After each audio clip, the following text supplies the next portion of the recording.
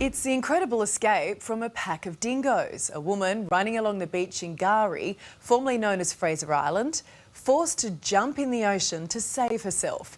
She was flown to Hervey Bay Hospital, where Dan Nolan joins me now. Dan, how is she?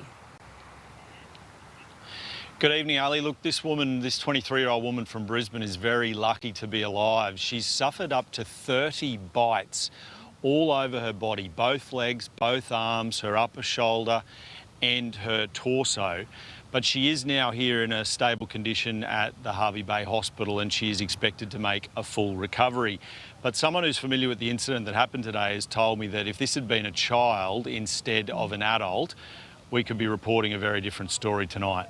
Gee, you don't want to even think about that, do you? Have you heard any more on what actually happened, Dan?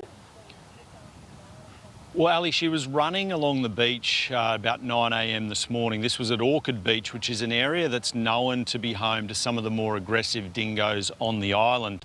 Now, running is one of the things that people are advised not to do when they're visiting the island because it can excite the animals and lead to unexpected consequences. Now, obviously, no one would ever imagine going for a jog on the beach could lead to this, but luckily for her, a good Samaritan who was driving by stepped in, and he actually jumped out of his car and had to punch some of these dingoes to get them off her in the water, and he's almost certainly saved her life today.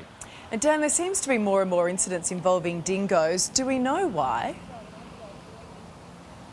Well, if you speak to dingo experts, they'll tell you that the number one problem for dingoes behaving badly is human interaction. Now, we're not blaming that woman today, but those animals that have attacked her have certainly been exposed to human interaction in the past that's made them not fear humans anymore and to even see humans as a food source.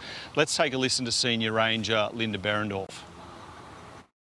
Dingoes will always be opportunistic. They will always take opportunities that present themselves, especially around those human-wildlife interface. Dingoes are naturally very curious, so it's actually up to people to make sure that they don't put themselves into compromising situations. Dan, I mean, you've reported from that very beach. It's a delicate balance for the rangers. How do you keep humans safe while also protecting the dingoes? Look, it's incredibly hard, Ali, because 500,000 tourists visit that island each year, and unfortunately a small percentage of them want interactions with dingoes, want a selfie with a dingo, and sometimes slip them some food to get that, and that's the worst thing that you can do. That leads to incidents eventually down the track like what we've seen today. Yep, so traumatic for that woman. Just glad she's okay. Thanks, Dan.